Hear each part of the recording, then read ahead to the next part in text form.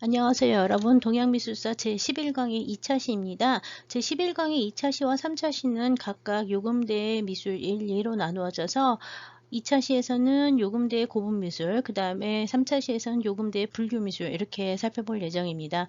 이 고분미술이라는 말을 송대엔 쓰지 않고 이제 요금대 이렇게 고분미술이라는 말을 썼는데요. 그 이유는 일단 요대 금대도 많이 나오긴 하지만 요대 고분 벽화라든지 요대 고분들이 워낙 독특하고 다양하게 많이 출토가 되고 있습니다. 지금까지 요대의 벽화 고분은 약 100여 기 정도가 발견됐다고 알려져 있고요. 그 다음에 이제 그 벽화가 없는 고분들도 또 상당히 많이 발견이 됐거든요. 그래서 오늘 이제 주로 보시는 이 요금대 고분 미술에서는 벽화를 중심으로 해서 보게 되긴 하는데요. 벽화 이외에도 뭐 진국공주묘와 같은 중요한 고분들의 경우에는 같이 함께 출토된 고분의 이제 출토품들을 볼 예정입니다. 먼저 이제 요대의 그 벽화 고분을 이해하기 위해서 이제 상경성의 지리를 먼저 살펴보도록 하겠습니다. 네, 지금 보시는 지도는 그 요나라의 황제릉, 황조, 귀족묘가 이제 대충 분포해 있는 내몽골 지역의 지도를 보고 있는데요. 중요한 건 이 시라무렌강이라고 하는 흑하라고도 부르죠. 시라무렌강에서 이제 요하 이렇게 넘어가는 이 지역에 내몽골 지역에 이제 상경이 있었습니다. 이제 상경 부근이 이제 이쪽 이었을 거라 보는데 이 요나라의 상경, 내몽골자 지구의 지금 현재 파림자기 일대가 상경성 일대인데요. 이 파림자기 상경성 일대에 이제 능묘가 많이 있는데 이 능묘가 이제 경릉이라고 부르는 이 지역을 이제 중심으로 해서 황릉들이 여기 요나라 성종, 도종의 이제 황릉이 여기 있고요. 그 다음에 이제 발굴된 거로 유명한 데가 이제 이 야율우라고 하는 사람의 가족묘가 이쪽 지역에 이제 많이 나서 야율시 무덤들이 요 일대에 있습니다. 그러니까 여기는 황릉, 여기는 야율시 무덤이 있고요. 그 다음에 이제 오늘 보산묘 일단 보실 텐데 이 보산묘 역시 상경 북쪽에 이제 몇 개가 발굴이 됐고요. 오늘 이따 보실 진국공주묘가 이 상경성에서 남쪽으로 강 건너서 한참 내려와서 이쪽에 있습니다. 그래서 이 요하와 시라무렌강 인근에 이제 상경이 있고 이제 남쪽으로 내려가면 이제 중경, 적봉 있는데 지나가면 이제 중경성 있죠. 그 다음에 이제 심양에서 조금 더 동쪽으로 와서 요양이라고 하는 데가 요나라의 동경이었거든요. 그 다음에 요나라의 남경은 현재 북경이 되는데요. 그 요대 이제 상경과 중경 일대라고 하는 현재 내몽골 자치구 일대가 이제 요나라 문화의 이제 중심지였던 것 같습니다. 요나라는 일단 뭐 선비족의 후예라고도 알려져 있고 거란족이라고 많이 하긴 하지만 여하튼 10세기부터 11세기 정도까지가 이제 그 워낙 그 강성했던 시기라고 생각하시면 될 것 같습니다. 오늘은 이제 이 경릉부터 시작을 해가지고요. 그 다음에 이제 보산묘하고 그 다음에 진국공주묘 이 정도를 볼 예정이고요. 그 다음에 이제 그 현재 북경이 이제 요나라 때 남경이라 그랬잖아요. 북경에서 조금 이쪽으로 올라가면 이제 하북성 장가구시라고 하는 데가 있는데 그 북경에서 좀 가서 장가구 쪽에 이제 그 선화요묘라고 하는 그 이제 거긴 또 장씨 가족묘인데요. 이 요나라 무덤들은 이렇게 가족묘가 모여 있는 게 좀 특징이라고 보시면 되겠습니다. 보통 무덤이 하나만 나오는 게 아니라 여러 개가 집단으로 나오는데 가족들이 이렇게 할아버지 그 선화유묘 같은 경우에 그 북경 근처에서 나온 선화유묘 같은 경우에는 한 그 네다섯 명 이상 되는 그 장씨 가족묘가 할아버지부터 손자까지 쫙 무덤들이 한꺼번에 만들어지거든요. 야율시 여기 보는 야율시 묘도 이렇게 여러 개 한꺼번에 나와서 보통 이제 몇 개의 고분들이 가족묘들이 이제 같이 연이어서 축조가 되는 현상들을 확인할 수가 있는 게 좀 요대 고분의 특징이라고 볼 수 있습니다. 먼저 이제 경릉에서부터 시작을 할 텐데요. 네, 지금 보시고 있는 요 고분 왼쪽에 있는 요게 이제 요나라 성종의 무덤인 경릉입니다. 이 요나라 경릉은 내몽골 파림 적봉시 근처의 파림 우기에 이제 위치해 있고요. 여기가 대흑산, 요나라의 성산이라고 알려진 대흑산이 있는 곳이에요. 이 대흑산 이쪽에 이 경릉이라고 하는 거는 사실 하나의 고분은 아니고요. 경릉이 있고 동쪽에서부터 서쪽으로 가면서 경릉, 그 다음에 이제 영경릉, 영흥릉, 그 다음에 영봉릉 해가지고 성종과 그 다음에 흥종과 그 다음에 도종, 요 나라의 제일 강성한 황제 3명의 능이 있습니다. 이제 황제만 있는 게 아니라 황제와 황릉의 황후들의 무덤이 이제 같이 합장을 했었던 거로 이제 생각이 되는데요. 이 3개 고분을 합쳐서 이렇게 성종의 능, 흥종의 능, 그 다음에 도종의 능을 합쳐서 경릉이라고 이제 보통 얘기를 하는데, 실제로는 영경릉이라고 하는 거는 성종의 능이에요. 가장 동쪽에 있는.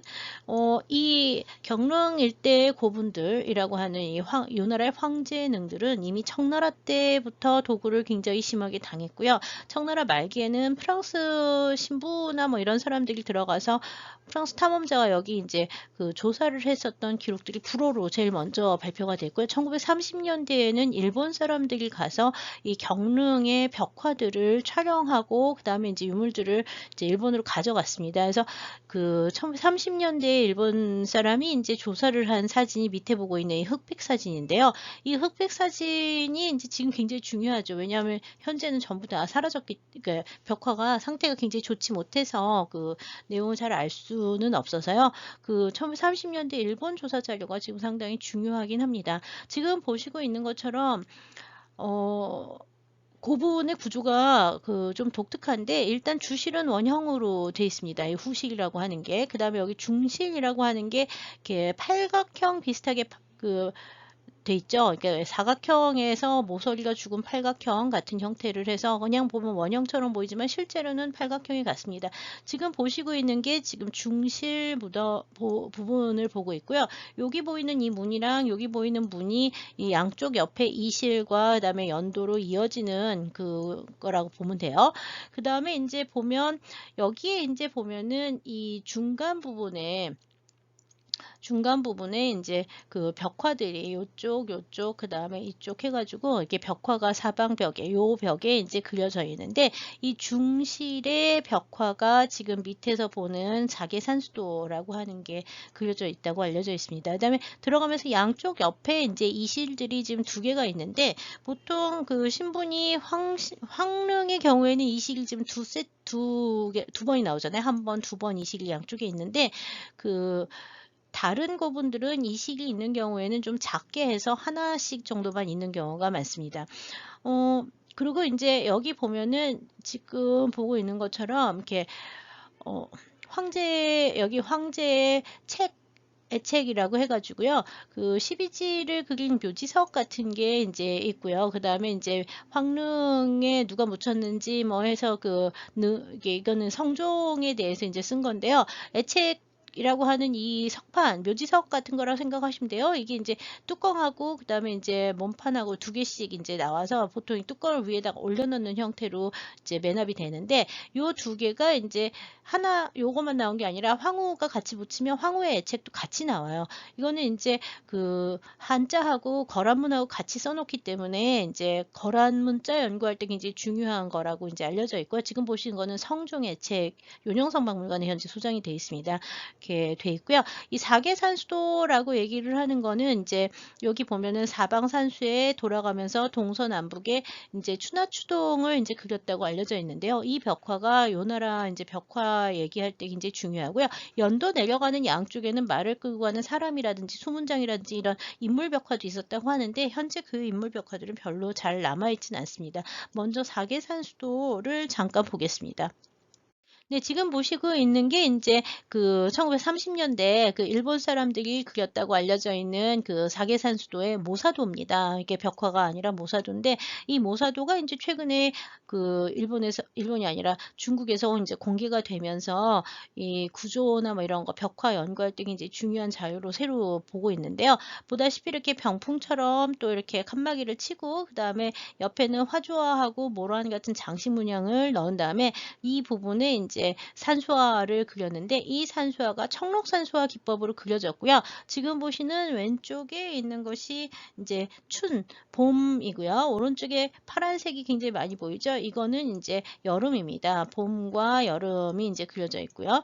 그 사방에 사계산수를 그렸다고 하는데 이 나중에 보시면 이 사계산수가 그 우리나라 같은 경우에 고려시대 때 나오는 그 여러 가지 문양들 같은 경우에 이 사계산수도 고려창자에 나오는 문양이나 이런 게 이 사계산수와 관련된 게 굉장히 많거든요. 그래서 이 사계산수도에 대한 이야기가 그 고려의 이제 회화나 문화 얘기를 할 때도 굉장히 많이 언급이 되는 중요한 그 작품이라고 생각하시면 되는데요. 실물은 들어가도 별로 이제는 상태가 나쁘기 때문에 알아볼 수 있는 게 없고 지금 모사도 하고요. 그다음에 이제 그 당시 일본 사람들이 찍어놓은 그 조사 자료가 이제 중요하게 됩니다. 그래서 다음에 보시는 몇 개의 사진들은 다 이 사계산도의 세부를 보시는데요. 일제강점기에 이제 찍어놓은 사진들이죠. 1930년대. 뭐 30년대 조사가 잘 돼 있어서 다행이라고 얘기를 할 수 있지만 반대로 30년대에 들어가서 이미 너무 훼손을 시켰기 때문에 지금은 아무것도 안 남아 있다라고도 볼 수가 있어서 뭐 여러 가지 이 당시에 그 조사에 대해서는 논란이 많습니다. 그다음에 출토 유물들은 이미 청나라 말기부터 그 지역의 군벌들이 들어가서 무덤에서 이제 많은 걸 꺼내왔기 때문에 유물에서 출토됐다고 하는 그 물건 별로 남아 있는 게 없는 편이고요. 벽돌을 가지고 짚고 회를 칠한 다음에 벽화를 그렸던 거로 추정을 하고 있습니다. 여기 조금 있다가 여기 이제 사계산수도의 요 부분하고요. 그 다음에 이제 여기 이제 그 동물들 사슴이 모여가지고 먹는 그런 장면들 세부를 좀 보실 텐데요. 전체 구성은 이렇게 긴 산수화 형태를 하고 있다는 거를 기억하시면 되고요. 그 다음에 이제 그 단풍나무하고 그 다음에 사슴 뭐 이런 것들 나오는 특징들, 그 다음에 여기 이제 보면은 그 물가의 전경들이 나오는데 수초하고 그 다음에 이제 물오리 뭐 이런 형태들이 나와서 나중에 보면 우리나라의 뭐 포유수건문이라든지 뭐 이런 문양들이 다 이런 그 요나라 때 그 그림들하고 관계가 있을 거라고 추정을 하고 있는 중이에요. 네, 지금 보시고 있는 거는 그 요나라 경릉 그 성종의 능의 이제 사계산수도 중에서 봄 장면입니다. 아까 사계산수도 춘 장면에 이제 세부 본다 그랬었잖아요. 여기 보시면 이제 물가 전경에 이렇게 수초 같은 것들이 이제 피고요. 그다음에 오리라고 해야 되나, 뭐 백조라고 해야 되나, 원앙하고 이런 것들이 이제 그 물가에서 놀고 있는 봄 장면들이 이제 보이는데, 이 장면들은 나중에 보시면 우리나라 같은 경우에는 또는 이제 그 중국에서도 그 금속공예나 목실공예에 나오는 그 여러 가지 그 장식 미술의 그 문양으로도 많이 나오는 장면들인데 아주 대표적인 그 화조도이면서 이제 화조 산수도에 가까운 그런 그림이라고 보시면 되겠습니다. 이 요나라 성종의 무덤은 그 성종이 죽은 연대가 1031년이기 때문에 11세기 전반의 이제 그림이라고 생각을 하시면 되고요. 채색 산수화, 청록 산수화 계통이죠. 청록 산수화 계통의 이제 변화 요나라의 청록산수화가 이제 많이 발전을 했었다는 것을 보여준 중요한 작품이기도 합니다. 여기 보면 이제 봄꽃을 알려주는 민들레 같은 것들이 이제 보이고 있는데요. 이런 것들도 지역 특색을 살려서 그려진 그 산수화이면서 동시에 화조화이기도 하고요. 그 다음에 이제 사시사철에 이 사기산수도가 황릉이 그려진 거는 아마 사시사철 자연의 변화를 이제 황제의 그 시간에 대비를 해서 그려진 거라는 추정을 하고 있기도 합니다. 근데 지금 역시 이제 옛날에 촬영이 된 사진을 보면 이렇게 그 벽화가 떨어져가지고 지금 잘 보이지는 않는데요. 여름 장면이라서 이파리가 이제 무성하게 자라고 있고요. 여기 이제 사슴들이 와서 물가에서 물을 먹는 장면이 그려져 있고, 이거는 어느 장면이냐면 여름 장면이 되겠습니다. 잎이 무성하죠. 그 다음에 지금 여기 허옇게 떨어져서 눈처럼 보이지만 실제로는 그 눈이 온 게 아니라 이렇게 가을이 됐기 때문에 단풍이 들은 상태입니다. 이건 방락된 상태라고 보시면 되고요. 그래서 가을에 이제 사슴들이 있는 장면이라서 이거는 그 여름, 이거는 가을이 되겠습니다. 그 다음 장면은 겨울 장면을 보실 텐데요.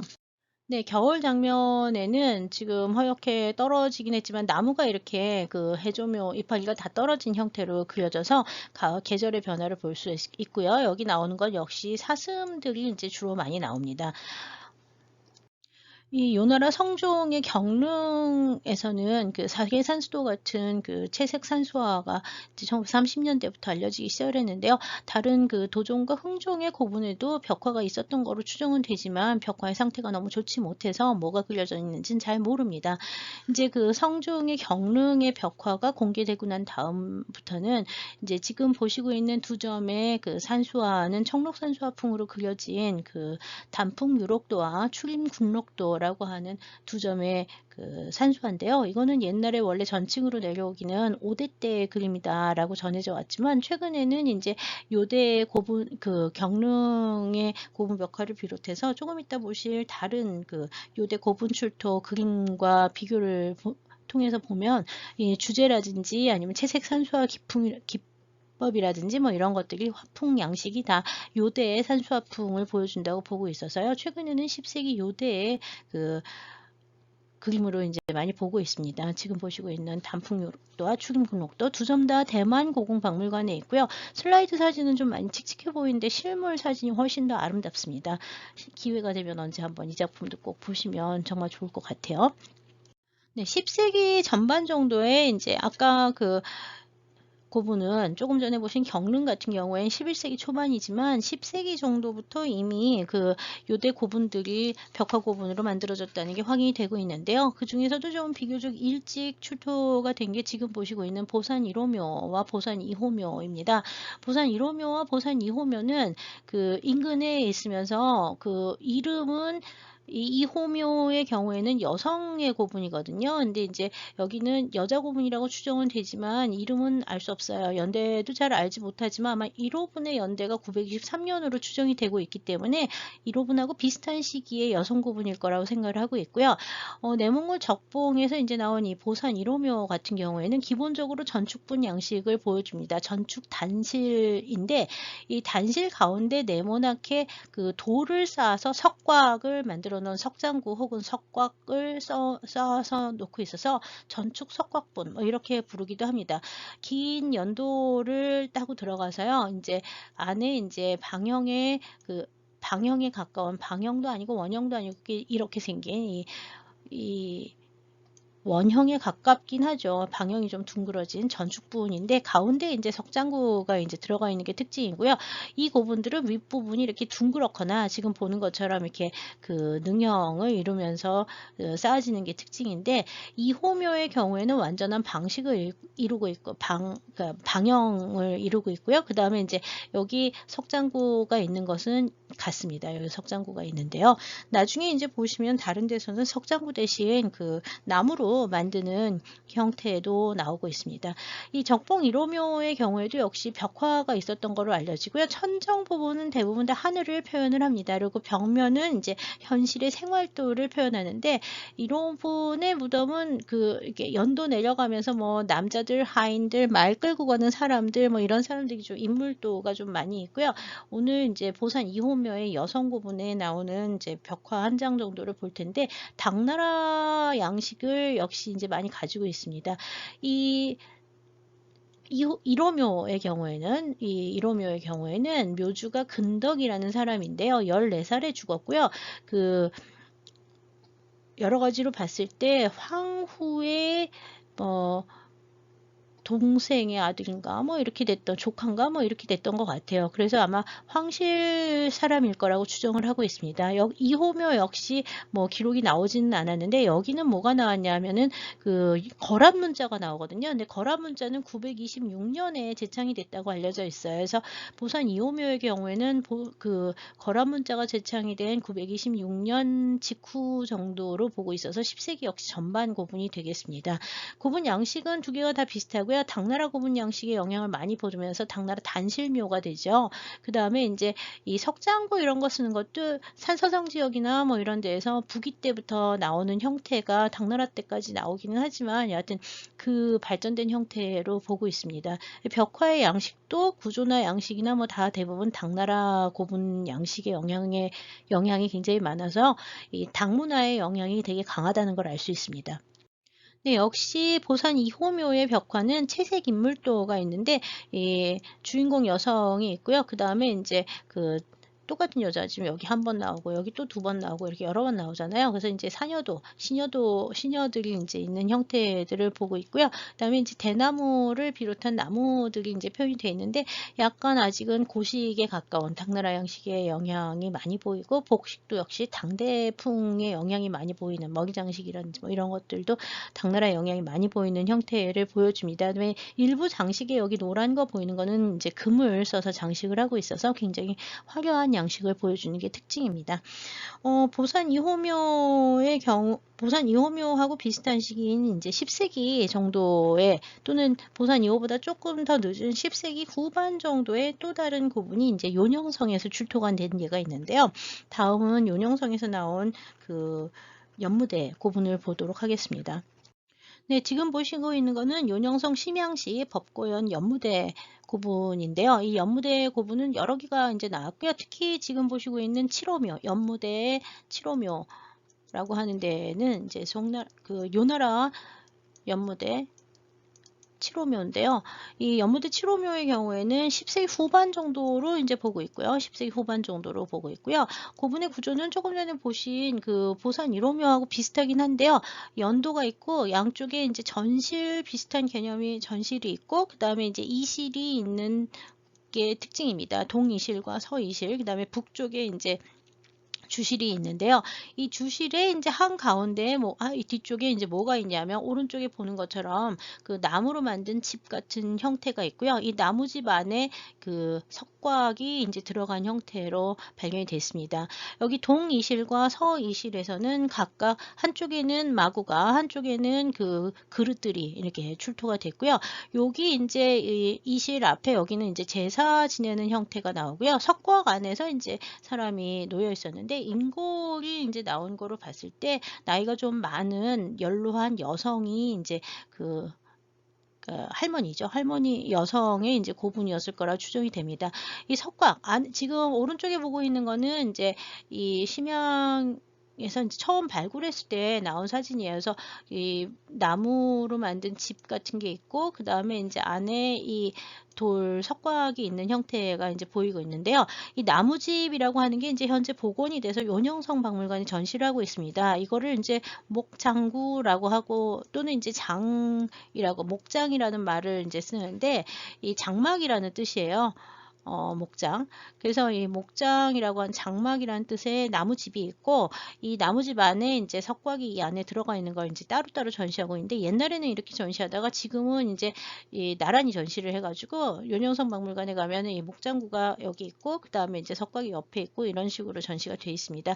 출토 유물은 그 인근에 같이 있는데 비단도 나왔고요. 인골 분석해가지고 60대 정도 되는 여성이라고 이제 밝혀졌고요.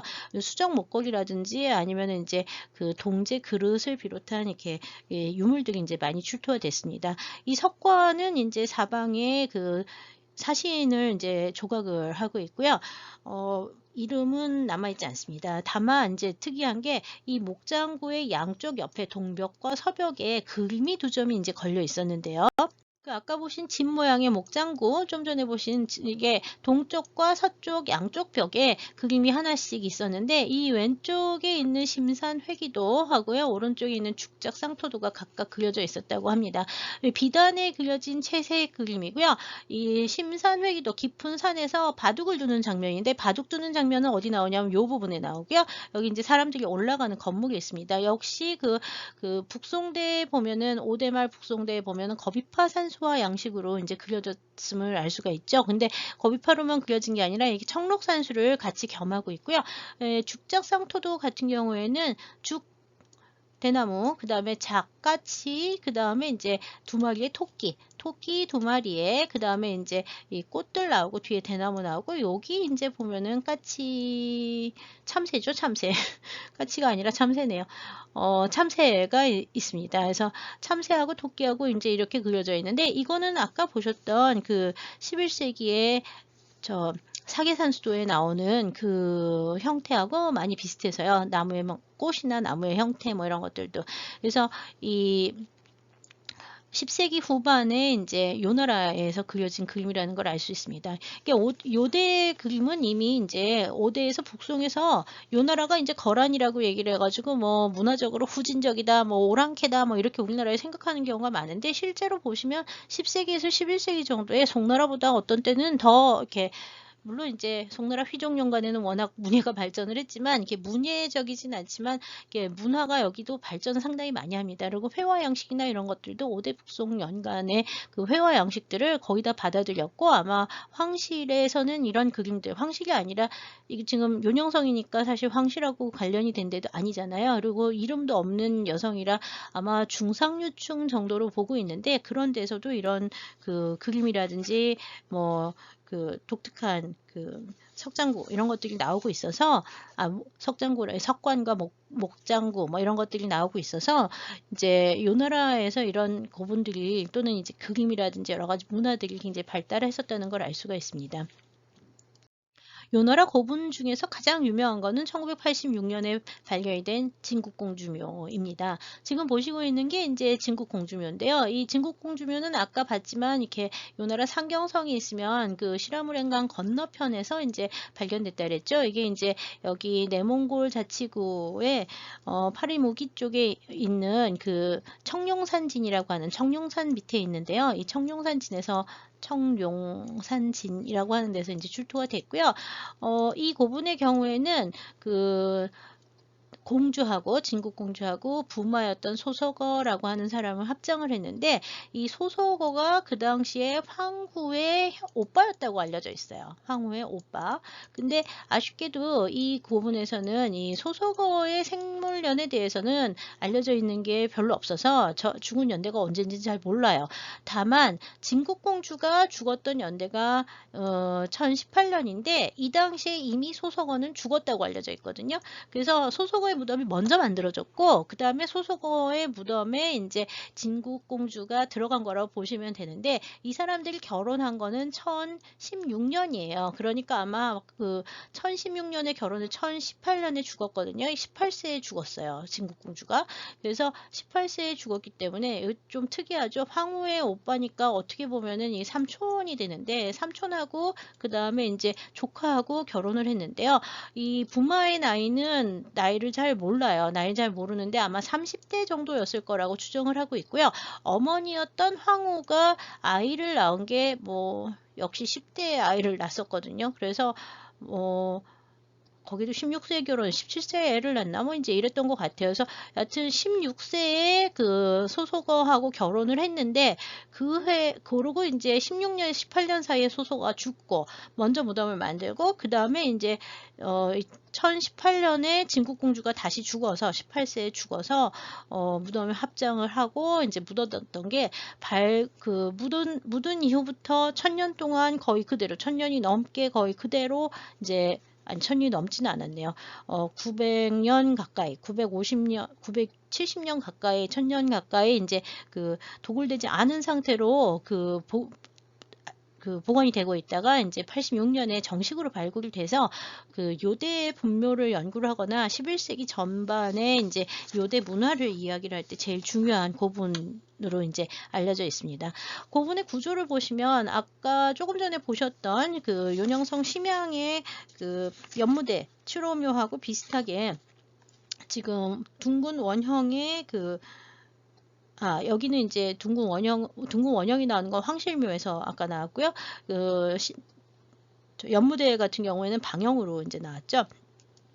여하튼 북쪽에 이제 원형의 주식이 있고요. 여기 이제 침대처럼 돼 있어서 안쪽에 남자가 바깥쪽에 여자가 이렇게 둘이 나란히 머리는 이쪽에 있습니다. 동쪽으로 두고 그 다음에 이제 이 연도가 이렇게 묘도가 내려가고 묘문이 있고 그 다음에 이제 전실 같은 개념이 있는데 양쪽에 이실이 있어서요. 여기도 역시 보면은 한쪽에는 마구가 한쪽에는 그릇들이 이렇게 돼 있습니다. 그리고 이제 묘지석이 나왔는데 진국공주의 묘지석이 이제 나온 거죠. 그리고 여기 앞에 이제 기물들을 갖다가 설치를 하고요. 각종 그 제사 지내던 것처럼 넣어놨고요. 벽화가 여기 내려가면서 연도 부분에를 비롯해서 이제 묘실 벽까지 이제 벽화가 벽화가 좀 그려져 있는데 벽화 그렇게 많이 남아있진 않습니다.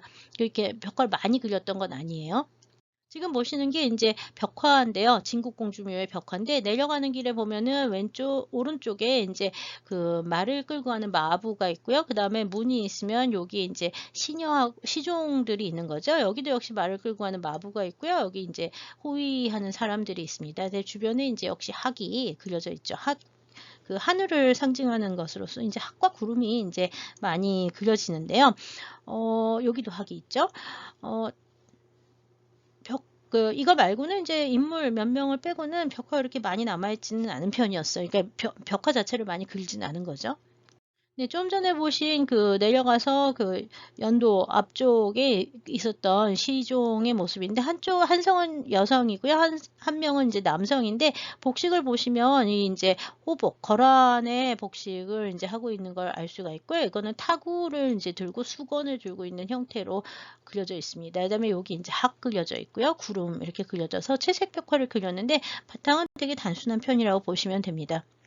네, 여기가 이제 무덤의 안쪽이고요. 그 다음에 북쪽이 되죠. 그 다음에 머리는 동쪽을 두고 이제 누워서 이쪽에 안쪽에 있었던 사람이 이제 남성이고요. 이쪽이 이제 여성입니다. 특이한 거는 이 공주의 경우에는 여기 이제 같은 게 출도 당시 상태를 보면 남성과 여성 이렇게 나란히 이제 누워 있는 걸 보는데 예, 여성이 더 커 보이긴 하죠. 왜 그런지 모르겠지만.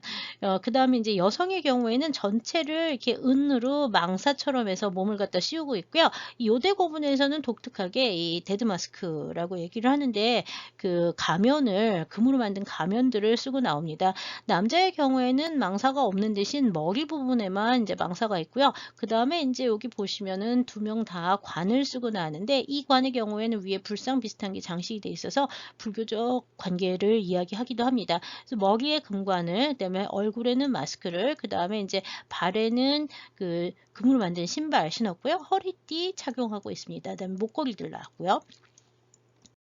먼저 1018년에 죽은 공주부터 진국공주를 보면 그 얼굴에 마스크가 있고요. 그 다음 위에 이제 관을 썼습니다.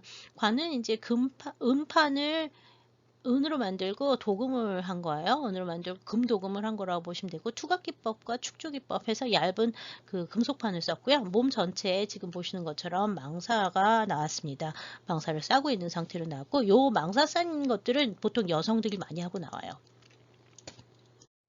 네, 공주의 경우에는 귀의 양쪽에는 귀걸이를 걸고 나왔고요. 목에는 여러 줄의 목걸이를 그렸는데 지금 목걸이는 한 줄, 두 줄 있지만 이거 말고 몇 개가 더 나왔어요. 이거는 기본적으로 다 호박을 조각을 해서 만든 겁니다. 다 호박이에요. 엠버라고 부르는 보석이죠. 그리고 이제 여기도 보시면 호박을 조각을 해서 마카라라고 해야 되는지 어룡문 같은 게 새겨져 있고요. 네, 여기 보시는 이거는 진주죠. 그래서 호박과 진주로 만든 지금 보는 목걸이하고 귀걸이가 이제 그 다수 나왔습니다. 장신구를 귀걸이도 진주도 보면 큰 진주가 있고 작은 진주가 있고 그래서 양쪽에 금으로 고리를 만든 귀걸이, 금사슬로 연결을 한 진주와 호박으로 만든 화려한 귀걸이를 했고요. 그 다음에 이제 옆에는 목걸이, 호박 목걸이를 했고요. 다 조각을 한 겁니다. 뭐 용 모양 조각도 있고 뭐 별 조각이 다 있어요. 그래서 엄청나게 큰 호박 목걸이를 이제 했고요. 여기 보시는 것처럼 각종 유리하고 수정 같은 것들을 이용을 해가지고 허리띠 장식을 만들었는데 이거 같은 경우에는 소라 모양으로 만들어서 뚜껑이 열리는 그런 기물이에요. 그래서 이 허리띠에 달았던 장식들입니다. 허리띠에는 여러 개의 옥으로 만든 장식들도 달았는데요. 지금 오른쪽에 보고 있는 것처럼 이제 옥을 조각을 해가지고 가위 형태라든지 칼 형태라든지 숟가락 형태를 갖다 금사슬로 묶어가지고 허리띠에 장식을 했고요. 이것도 역시 허리띠 장식이에요. 이거는 이제 향낭처럼 뭐 이렇게 뚜껑을 여닫을 수 있는 그 금제 그릇인데, 오리를 타출을 해가지고서는 이제 허리에다가 매달고 있죠. 그래서 지금 이 고리가 이제 허리띠에 매달았던 건데 허리에는 지금 보는 옥 장식들이 여러 개, 그 다음에 지금 보는 것처럼 아까 봤던 그런 장식들도 다 이 허리에 이제 매달고 있어서 굉장히 화려한 장신구들을 이렇게 여러 겹으로 겹쳐서 아마 갖고 있던 거 모두 다 무덤에 넣어준 게 아닐까 싶을 정도로 수많은 그 유물들이 나왔습니다.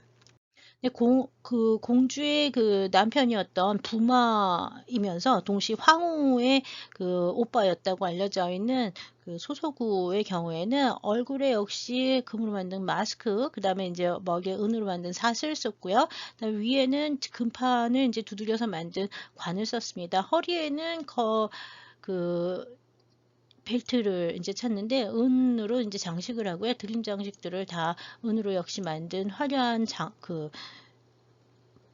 허리띠를 찾는데 여기에 이제 이것만 있는 게 아니라 이게 뭐 칼 같은 것들도 여러 개 차고 나오고 이제 이랬었고요. 그다음에 이제 발 밑에 나오는 발에 이제 신고 나오는 이제 금제 장화 의 경우에는 여기 이제 봉황 문양을 이제 장식을 해서 이렇게 서상을 표현을 해놓고 있습니다. 얇은 금판으로 만들고 타출한 다음에 타출해서 장식한 다음에 예, 이제 금도금을 한 거죠. 부분 도금을 해서. 그래서 은과 금으로 만들어진 이게 화려한 장식들이 엄청나게 많이 나왔습니다. 그래서 금은기가 상당히 많이 나왔고요. 이거 외에도 이제 그 각 여러 뭐 제사 용기라든지 뭐 이런 그 장식들도 많이 나오고요. 그다음에 아까 보셨던 것처럼 이제 양쪽 방에 한쪽에는 그릇들, 한쪽에는 마구들 이렇게 있다고 그랬는데요. 먼저 마구 보시겠습니다. 네, 그 이실이라고 양쪽 옆에서 이제 한쪽에서 마구가 한쪽에 그릇이 나왔다 그랬는데요. 지금 왼쪽에 보시고 있는 거는 이제 등자죠. 은으로 만들고 장식을 한. 그다음에 이제 안장 장식 금으로 만든 그런 것들이 이제 출토가 됐습니다. 그래서 금은으로 장식한 마구들이 이제 나왔고요. 그다음에 이제 각종 금은기, 도자기, 뭐 이런 그릇들이 엄청나게 많이 나왔는데요. 이 고분에서 나온 유물들은요, 전체 다 합쳐서 아까 뭐 장신구 이런 거 다 포함해서 전체 3,227점이 출토됐다고 보고서에서는 기록을 하고 있습니다. 먼저 도자기의 경우에는 노규, 이지역 지역에서 많이 나온 노규가 많이 나왔고요. 지금 이 왼쪽에 보고 있는 거는 월주 청자입니다. 그래서 기념명 알 수 있는 송대의 월주 청자, 남방에서 만들어진 월주 청자가 들어오는 거죠. 그래서 이 월주 청자가 여러 점이 이제 출토가 됐고요. 오른쪽에 있는 거는 정효, 에서 만들어진 백자가 나왔습니다. 정효 백자가 이제 나왔고요. 이 정효 백자들은 이제 하국성 정효에서 이제 만들어지는데 이 북방백자라고 알려진 이 백자들이 이제 상당히 수준 높은 백자들이 여러 점이 출토가 되는데 도자기는 전체로 해서 이거 말고 이제 노규 이쪽 지역에서 많이 있는 노규들이 이제 또 좀 나오고 전체 30점 정도의 도자기가 이제 출토됐다고 알려져 있습니다. 네, 금은기는 상당히 여러 점이 나와서 30점 정도가 이제 출토됐다고 알려져 있는데 역시 은 타출해서 만들고 그 다음에 이제 부분 도금을 한 장신구들하고 같은 양식을 보여주고요. 전체적으로 문양이나 형태나 이런 것들은 당대 은기의 영향을 많이 받은 편입니다. 당말 은기들하고 비슷한 그런 것들이 많은데 문양이 좀 이제 요나라식으로 바꾼 게 특징이고요. 좀 독특한 게 지금 보고 있는 수정제 용기들. 지금 이 수정제 그릇들은 수정을 파가지고서는 만들었는데 요 그릇 같은 경우에 위에 뚜껑은 금으로 만들고 사슬도 역시 금으로 만들었습니다. 그래서 이 수정제 그릇들이 이제 지금 보는 것처럼 한 서너 점 정도. 그다음에 이제 이건 만호를 파서 이제 만들었는데 이 만호로 만든 그릇도 역시 한 서너 점. 그다음에 이제 독특한 게 이슬람에서 만들어지는 유리기들이 여러 점이 나왔습니다. 유리기는 한 7점이 나왔는데 병은 다 서역에서 수입이 된 것으로 이제 보고 있습니다. 네, 좀 전까지 보신 그 진국공주묘는 어린 나이에 죽기는 했지만 18세에서 죽었으니까 굉장히 어리게 죽었는데 어린 나이에 죽기는 했지만 요나라 황실의 11세기 전반에 이제 중요한 고분으로서 아주 중요하고요. 도굴당하지 않았기 때문에 출토유물에 대한 연구도 굉장히 많이 됐고요. 뭐 만호라든지 수정이라든지 금은기라든지 서역산 유리기라든지 뭐 이런 그 중요한 그 당대 문화를 이어서 요대의 황실의 문화를 보여줄 수 있는 중요한 유물들이 많이 나와서 아주 유명합니다. 예, 주로 이제 외국에서 이 거란전 또는 뭐 아니면 요나라 문화전 뭐 이런 거를 하게 되면 특별전 할 때는 다 이 진국공주묘 유물들이 이제 전시로 많이 나와서 외국에도 전시가 여러 번이 됐습니다. 다음으로 이제부터 보시는 것은 그 하북성 장가구 하팔리촌에서 출토가 된 장씨 집안의 묘들을 볼 겁니다. 이 선화요묘라고도 불리는 이 장씨 집안의 묘들은 그 여러 개 뭐 굉장히 많은 요대 고분이 나왔는데 그 중에서 한 대여섯 개 정도가 벽화묘로 나왔고요. 그 출토 당시에 뭐 상태나 아니면 뭐 묘지명이나 뭐 묵서명 이런 걸로 봤을 때 이렇게 계보, 이 사람이 누구의 아버지다, 이 사람이 누구의 아들이다, 뭐 이런 것도 이제 확인이 돼서요. 이제 중요한 몇 개의 고분을 제가 뽑아서 이제 보는데, 맨 처음에 보시는 게 M14묘, 선화묘 M14묘고요. 장광정이라는 사람의 무덤입니다. 이 사람 제일 먼저 이제 죽은 사람 중에 하나예요. 1058년에 죽었고 75세에 사망을 했대요. 1093년에 매장을 했는데, 이 사람하고 같이 이제 그 한두 명이 매장이 돼서, 그 다음에 보시는 장문조라는 사람이 46세에 사망을 했는데, 그 매장 연대는 같아요. 그러니까 무덤을 축조한 연대가 1093년으로 똑같이 21세기 후반이 됩니다. 여기 보시면 이제 원형의 전축묘를 하고요. 앞에 전식이 있습니다. 그리고 벽화가 전부 다 그려져 있는데, 굉장히 깊이 이제 밑으로 내려가서 천정은 전부 다 궁룡형이라고 해서 둥그렇게 생겼고요. 안에 이제 보면은 이렇게 그 단을 만들어 놓고 목관이 나왔는데요.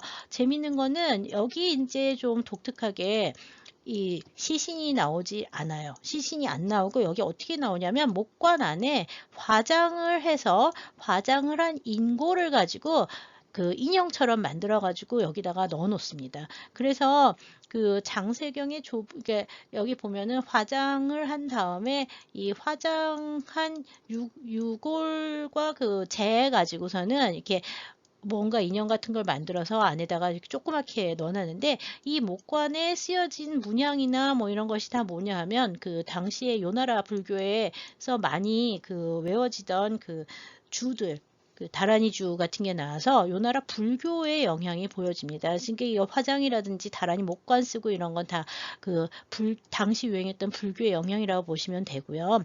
불교의 영향을 받은 화장묘 형식이 전통적인 무덤하고 결합이 돼서 나오는 아주 독특한 예들을 볼 수가 있는데, 이 장광정을 비롯한 이 사람들에 대해서는 교사에서 별로 기록이 남아있지 않기 때문에 아마 장세경이 제일 유명할 거예요. 장세경이 제일 유명하고, 나머지는 이 묘에서 나오는 거 가지고 알려지는 건데, 이 장씨 집안들은 이 장가구 일대에서 이제 아마 살았던 그 사람들인데요. 이 장씨 집안 사람들이 거란족인지 아니면은 이 거란에서 활동을 했었던 한족인지에 대해서는 논란이 굉장히 많습니다. 근데 여하튼 불교 문화를 받아들이고 있었고요. 한족과의 관계를 보인다고 하기도 좀 애매한 부분이 없지는 않지만, 여하튼 이런 걸 논의한다는 것 자체가, 사실 거란족이냐 한족이냐라고 논의하는 것 자체가 좀 안 맞는 경우도 있는 것 같아요. 그래서 이런 논의가 요즘에 최근 연구자들 중에서는 그게 뭐가 소용이 있느냐, 이건 11세기 전반에 이제 10세 후반에 그 요나라 문화를 보여주는 거라고만 봐야지, 민족의 논란이라고 하는 게 이미 선비부터 시작을 해가지고서는 북위와 당을 거치면서 이렇게 이쪽 지역에서 토착화된 이민족들이 많고, 이미 한족과 혼혈이 된 경우도 상당히 많아서 이 부분에 대해서 논란이 굉장히 많습니다. 근데 뭐 여하튼 여러 가지 어려운 점이 있죠. 하여튼 이 거란 문화의 아주 중요한 부분이 선화요묘의 벽화들을 통해서 이제 확인이 되는 부분이 많습니다. 몇 개의 이제 고분의 벽화를 보면서 구조를 보도록 하겠습니다. 그러니까 지금 보시는 것처럼 한 중인 계급 정도 되는 사람들이 이제 무덤을 전체를 해서 만드는데, 벽돌 무덤을 사용을 하고 있고요. 그 다음에 전체 벽화를 그리고 있고요. 그 다음에 이제 여러 가지 기록들 나오는 거로 보면은 이게 별도의 장인들이 있으면서 이런 묘를 만들거나 벽화를 그렸던 공인 집단들이 별도로 존재하고 있었던 걸 보이고요. 이런 걸 만드는데 일단 비용이 많이 들기 때문에 당시에 그래도 정치적으로는 잘 모르겠지만 여하튼 경제적으로는 이 사람들이 상당히 풍요로운 사람들이었던 거로 추정을 하고 있습니다. 네, 지금 보시는 것이 이제 묘문을 지나서 전실 부분을 지나서 여기 부분이 이제 후식이 되겠고요. 이 부분에 보면은 단이 있는데 여기에 원래 목곽이 있었던 거라고 이제 보시면 됩니다. 그 다음에 양쪽 옆에, 전실 양쪽 옆에 보면 왼쪽에는 아까 계속 보시던 기악을 하는, 악기를 연주하는 사람들, 악대가 이제 있고요. 요 오른쪽에는 차를 갖다가 만들어서 공양을 하는 장면이 보이는데, 이게 이제 차문화 연구할 때 굉장히 더 중요한 그림 중에 하나입니다. 요 악대하고요, 이게 그 다도 장면은 그 요 나라 특히 장씨 무덤에 굉장히 많이 보이고요. 그다음에 다른 지역에 많이 안 보이긴 하는데 당시 생활 문화를 이야기를 할 때 언제나 언급되는 중요한 거고요. 요 선화의 묘묘에서는 다른 고분들에서도 비슷하게 조금씩 다르게 그려진다고 보시면 될 것 같습니다. 이 후실은 둥그렇게 이렇게 되어 있고요. 한 가운데에는 이렇게 처럼 돼 있어 문이 있고요. 여기 이 단 위에 원래 목곽이 있었다고 보시면 될 것 같아요. 천정은 이제 둥그렇게 돼서 위에는 이제 꽃이 제일 많이 그려져 있는데 이 후실의 경우에는 윗부분에 하늘에 이제 성수도 해와 달과 별을 이제 그리는 게 많습니다. 네, 전실 앞부분 왼쪽 부분에 있는 그 기악대의 모습인데요. 역시 뭐 비파, 그다음에 북, 그다음에 장고가 보이죠. 장고 보이고 피리, 그다음에 이제 박 뭐 이런 것들을 보고 있고요. 여기 보시면은 조그만 그 좀 작게 그려져 있는데 춤추는 사람이 그려져 있습니다. 그다음에 인제 지금 이 여성들이 뭘 하고 있냐면 차를 인제 끓여서 나르고 있는데요. 여기 보면 차를 가는 장면이 있고요. 이거 인제 북로에다가 불을 펴 가지고 주전자에 물 끓이는 장면이 있고요. 여기 인제 찻잔을 놔두고서는 차를 우기는 장면이 있어요. 이 인제 거란 복식이죠. 머리를 깎아서 뒤로 맨 이런 호족의 복식들 보이고 있고요. 머리를 갖다가 3개로 올려 묶은 역시 거란족의 복식들이 보입니다.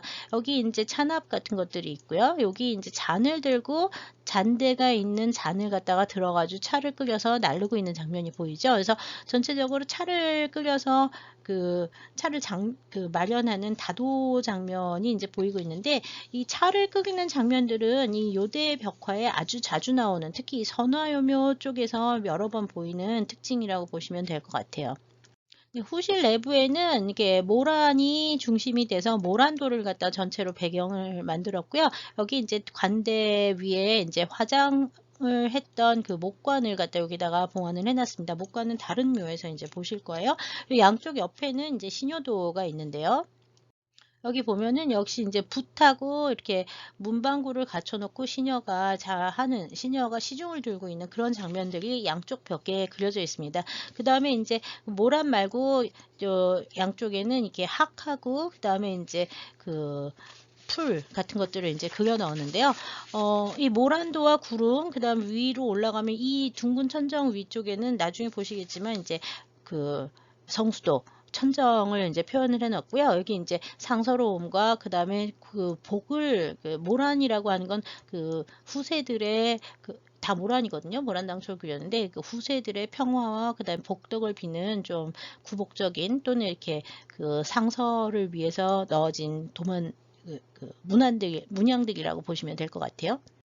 네, 지금 보시는 그 M75분의 도면인데요. 이건 장문조라는 사람의 무덤이고요. 장문조는 1074년에 46세로 죽었어요. 그래서 장례를 치우고 무덤을 만든 거는 1093년으로 아까 좀 전에 보셨던 그 일호묘 장광정과 같은 시기에 죽은 사람인데 나이로 보면은 이 사람이 아들뻘쯤 되는 것 같아요. 아들뻘쯤 돼서 나이는 좀 젊어서 죽었긴 한데 그 장례는 같은 시기에 만든 게 아마 무덤을 이 시기에 같이 만들었던 것 같습니다.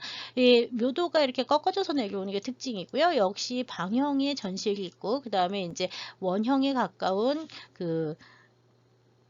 원형에 가까운 후실이 있는데 여기 이제 보시면 여기 출토 상태 사진을 보시면 여기 이제 목관이 있는데요. 이거는 아까 보셨던 M15분도 같은 양식으로 이제 만들어져서 그 화장을 한 그 목관을 넣었던 거를 확인할 수 있습니다. 아까 M15분에서도 보셨는데 이렇게 중앙에 뒷면에 이렇게 관대가 있죠. 그리고 목관이 이렇게 놓여져 있는데 여기 이제 화장한 그런 흔적들이 여기 들어가 있고요. 앞에는 상을 차려놨어요. 식탁 같이 이렇게 그 상을 놓고 음식 같은 걸 이렇게 벌려 놓은 것들이 이제 양쪽 부분에 이렇게 나옵니다. 그리고 이제 문이 있었던 게 이제 넘어지면서 이렇게 쓰러졌던 것들이 확인이 되고 있고요. 네, 출토 당시의 모습을 보면 이렇게 녹정형의 목함이 이렇게 가운데 이렇게 있고요. 여기 써져 있는 글자들, 이거는 이제 범자로 불교에서 쓰는 그 범어를 이용해서 이제 다란이들을 새겼는데 다란이들은 이제 뭐 여러 가지 다란이들이 이제 나오고 있고요. 아마 이 당시에 많이 외워지던 다란이들을 이제 써놓은 것으로 봐서 죽은 사람이 불교 신자였고 그 죽은 사람의 영혼을 위해서 이 다란이들을 갖다가 썼던 거라고 추정을 하고 있는 중입니다. 최근에 우리나라에서도 고려 고분에서 이렇게 다란이를 쓴 목관이 하나 이제 그 전라도 지역에서 나온 게 있는데요. 이런 거하고 관련시켜서 비슷한 시기가 아닐까라고 추정을 하고 있습니다. 그 다음에 여기 보시면 여기도 보면 상자가 쓰러진 게 나오고요. 여기도 상이 있는데 음식이 이렇게 쓰러진 형태들이 나오죠. 그리고 도자기들이 상당히 많이 나오는데요. 도자기들은 대부분 이 지역에서 만들어지는 요 삼채라고 하는 그릇들이 좀 많이 있고요. 백자 같은 경우에는 이제 그 백자죠. 정효백자 뭐 이런 것들이 이제 나오고 있습니다. 위쪽은 아까랑 똑같이 건물 형태를 표현을 하고 그 다음에 이제 그 모란 이런 것들을 넣고 있는데 병풍 형태로 놔두고 이런 학 그림 그려지는 것들도 비슷하고 중앙 부분에 모란도를 크게 배치를 하는 것들도 이제 앞에 부분하고 비슷해서요. 아마 비슷한 시기에 만들었기 때문에 1093년에 만들었기 때문에 같은 양식으로 배치를 했었던 거라고 봅니다. 아마 이거는 다른 지역에 있었던 그 무덤 먼저 처음 만들고 그 다음에 이제 매장할 때까지 시간이 좀 있기 때문에 20년 정도 있기 때문에 이장하면서 만든 건물이 그 공간일 수도 있다고 보고 있어요. 전체적으로 이 요나라의 무덤들은 다 요나라, 송나라, 금나라 다 그 현실 건축, 그러니까 현재 세계에 실제 살고 있었던 집 모양이나 뭐 이런 그 실생활하고 관련된 그 건축 구조나 뭐 배치들이 많이 들어오고 있어서요. 아마 무덤이라고 하는 것이 죽은 자가 사는 집이라고 생각을 해서 그 원래 살았던 집 모양들을 갖다 구현을 해서 만들었을 가능성이 있다고 봅니다. 20년 정도 지나서 무덤을 갖다가 이렇게 1074년에 죽었는데 1093년에 만들었잖아요. 20년 지나서 이 무덤을 만들게 된 거는 아마 다른 곳에 있던 것을 이곳으로 이전해 오면서 이런 무덤을 만들었을 가능성도 있다고 봅니다. 네, 좀 전에 보신 이론분하고 거의 비슷한 형태의 그 벽화가 배치에도 비슷하게 이제 그려져 있는 걸 볼 수 있고요. 역시 차를 올리는 시녀가 표현이 되어 있습니다. 네, 여기 이제 나온 도자기 중에 지금 좀 중요한 게 삼채새, 대야 같은 거죠. 근데 대야 같은 건데 여기 보면은 백색하고 그 다음에 황색하고 그 다음에 초록색을 써가지고 연화문을 표현을 했는데 이 당나라에서 만들어지던 삼채가 요 나라에도 계속 만들어져요. 그래서 요 나라 때에도 하북성과 그 다음에 송나라 같은 경우에도 하남성, 하북성 일대 지역에서는 그 당삼채 영향을 받은 삼채들이 만들어지는데 이런 걸 보고 요 삼채라고 얘기를 합니다. 그래서 이 섬채로 만들어진 새라든지 여기는 이제 황유인데 삼채 중에서 황색만 가지고 만든 게 이제 황유잖아요. 그리고 여기 보면 이렇게 가운데에 들어가면서 청자나 이런 데서 보는 과형호 형태의 주전자가 여기는 이제 황유로 만들어져서 아마 하북성 지역에서 만들어진 거라고 이제 추정을 하는데 이런 현지의 요삼채 형태의 도자기들이 제일 많이 나오고 있고요. 아까 보이는 도자기 중에서는 정효백자 같은 것보다는 사실은 이 백색으로 보이는 것들죠. 이 삼채에 들어가는 그러니까 백유작이라고 얘기를 하는데 그런 것들이 좀 많은 편이라고 보시면 될 것 같아요. 선화요묘 중에서 이제 가장 유명한 것이 이제 이 마지막 제일 죽은 연대가 늦은 이 장세경이라는 사람의 무덤인데 M15분이라고 알려져 있고요. 장세경은 12세기 전반이에요. 1116년에 죽었고 74세에 죽었는데 바로 그 해에 장례를 치르면서 무덤을 만들었는데요. 고분의 형태는 방형 고분의 위의 구조는 다른 고분들처럼 궁융형에 가까운 물론 이제 아까 고분들은 완전히 이렇게 동그란데 얘는 약간 이렇게 좀 올라간 그런 형태를 하고 있기는 합니다. 역시 전실묘로 만들었고요. 전실 들어가는 양쪽에 벽화가 그다음에 이제 그 후실에 이제 모두 다 벽화가 이제 그려져 있습니다. 여기 이제 벽화가 상당히 좋은 편이죠.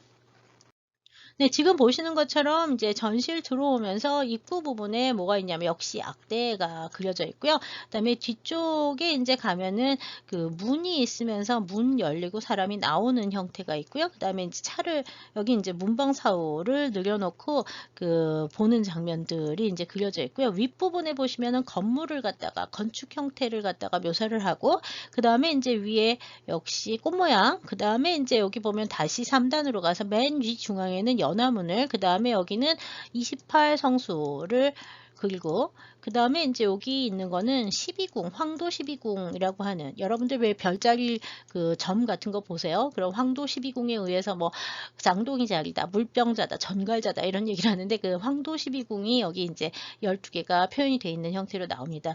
여러분들 아마 슬라이드에는 요게 나올 텐데요. 요 지금 그림을 좀 지우고 봐야 되겠네요. 기약대인데요. 지금까지 봤던 대부분의 기약대들은 여자들이 중심이었는데 비해서 이 장세경묘에 나오는 기약대들은 그 중국 한족 복식을 입었고, 그 다음에 이제 남성이 중심인 게 특징입니다. 그 이전 그림들하고 조금 다른 양식들을 보여주는 게 특징이고요.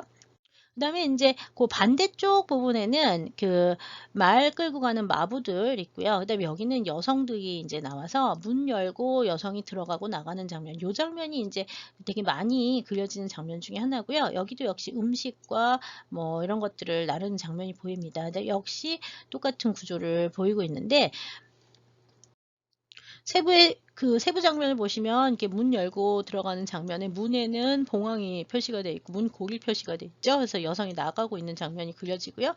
여기는 이제 차를 끓여서 그 붓고 있는 찻잔이 있고 주전자 나오면서 차를 갖다 여기다 붓고 있는 그런 차 준비하는 장면이 이제 그려지고 있습니다. 그래서 벽화가 상당히 색채가 그 생생하고요. 그다음에 보존 상태가 굉장히 좋은데, 앞에 것들에 비해서 이 12세기 전반이 되는데 이 요나라 말기가 됩니다. 이 요나라 말기의 장세경묘의 경우에는 훨씬 그 중원화된 또는 이렇게 중국적 송나라의 색채가 많이 보이고 있어서 이게 중국계가 아니냐, 뭐 아니면 또 이렇게 완전히 그 거란 쪽의 중화 양상 뭐 이런 것들을 보여주는 것이다, 이렇게 해석을 하기도 하는데요.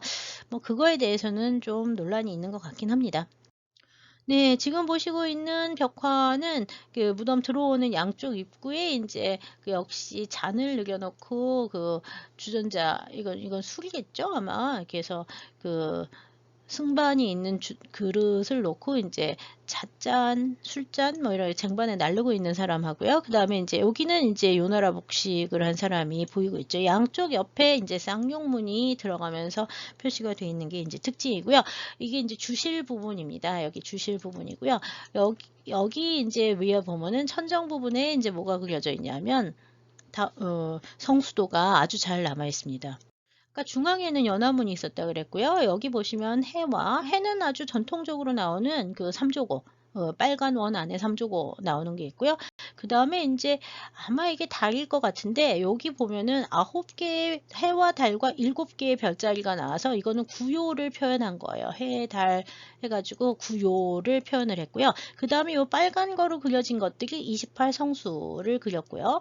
그 다음에 이제 맨 마지막에 여기 초록색으로 이렇게 띠 돌리고, 그 다음에 바깥 부분에 이렇게 동그라미 나오잖아요. 이 동그라미에 그려진 게 12개가 그려져 있는데, 요거는 두 명이 쌍둥이 별자, 이거는 전갈좌, 이렇게 보면 금방 물병좌 뭐 이런 거 있잖아요. 그래서 천칭좌 해가지고 황도 12궁을 이제 표현을 해놓고 있어서 이 요대에 이제 새로운 천문관 같은 것들의 정립을 여기에서 볼 수가 있습니다. 이게 이제 아까 그 연대가 1116년에 장례를 치렀으니까 1116년 12세기 전반이 되는 거고요. 아직은 여기 북송 연간이 되는 시기입니다. 북송, 중국으로 치면 이제 북송이 되는데 여긴 북송이 아니라 요예요. 요 나라라고 보시면 될 것 같아요. 여기까지 해서 이제 장세경목까지 오면 이제 요 나라의 중요한 고분들과 고분 벽화들, 주요 출토 유물들 보셨는데, 그 상경성이나 그 중경성 일대, 그러니까 내몽골 적봉이나 파리 무기 좌기 쪽에서 나오는 고분들 하고요. 이 하북성의 이제 그 장가구 쪽에서 나오는, 이거는 이제 중국 그 요나라의 남경 쪽이 되는데, 이쪽에서 나오는 거하고는 양식도 좀 차이가 나고요. 신분도 좀 차이가 납니다. 이게 그 신분도 이쪽에서 나오는 거는 역사 기록에는 거의 나오지 않는, 장세경만 아마 나오는 건가 뭐 그래요. 그래서 그 역사 기록에 별로 나오지 않는 사람들의 무덤들이 이제 많이 나와서 그 신분이 그렇게 높지 않은 사람들이지만 한 그 중상류층 정도에서 그 풍요로운 부를 가지고 있는 사람들이 이런 무덤을 만들었을 거라고 보고 있습니다. 그래서 9세기부터 10세기부터 시작을 해서 지금 12세기 전반까지 이 나라의 그 무덤과 벽화들을 보셨는데요. 금나라의 경우에는 산서성 일대에 금나라 고분이 상당히 많이 나옵니다. 다른 지역에서는 많이 안 나오고 주로 산서성 일대에서 많이 나오는데 이 산서성 일대에서 이런 장식 고분들을 많이 만드는 게 전통이었는지는 확실하지 않습니다. 왼쪽에 보시고 있는 거는 그 1950년대 부터 60년대에 이제 발굴이 됐던 산서성 후마시에서 출토가 된 금나라의 그 무덤인데요. 두 고분이 묘주가 다르게 보이죠. 묘주 초상을 이제 만들어 놨는데, 여기는 동해라고 하는 사람의 무덤이고요. 여기는 동명이라고 하는 사람의 무덤이에요. 그래서 동해가 아마 형이고 동명이 아우일 것 같은데, 형제라고 알려져 있거든요. 동해는 1196년에 죽었다고 알려져 있고요. 동명은 1210년에 죽었는데, 무덤 인근에서, 후마시의 인근에서 출토가 됐고요. 여기 보면 아까 백사 송묘에서 보던 거, 송나라 묘에서 보던 것처럼 둘이서 이제 그 집에서 그 차를 즐기고 있는 장면들이 이제 조각으로 표현돼 있습니다. 동해묘의 경우에는 채색을 했던 흔적이 있는데요. 동명의 무덤에서는 채색한 흔적이 없습니다. 여기는 뭘로 만들었냐면 이게 다 벽돌이에요. 벽돌 자체를 조각을 해가지고 이거를 만드는데요. 이게 무덤의 구조가 방형 구조에 이제 이쪽 벽에 보통 이제 들어간다 그러면은 사방에 이제 돌아가면서 뭐가 있냐면 지금 이렇게 창문 같은 것들을 갖다 다 벽돌로 조각을 해서 만들기 때문에 이 금대의 고분들을 장식 고분이라고 부르기도 하고요. 전축 벽화분이라고 부르기도 하고요.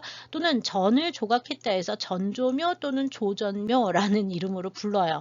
여하튼 이런 그 금대에 지금 보시면 12세기 말부터 13세기 전반이 되는데 요런 고분들에서 이제 묘주 초상이 벽돌로 나오고 송대 영향을 받으면서도 아주 다 입체 벽돌로 만들기 때문에 아주 독특한 양상을 보이는데 사실은 이런 구조들이 이 당시에 건축에 실제 그 당시에 사람들이 사는 집도 이렇게 전축으로 이제 장식을 하거든요.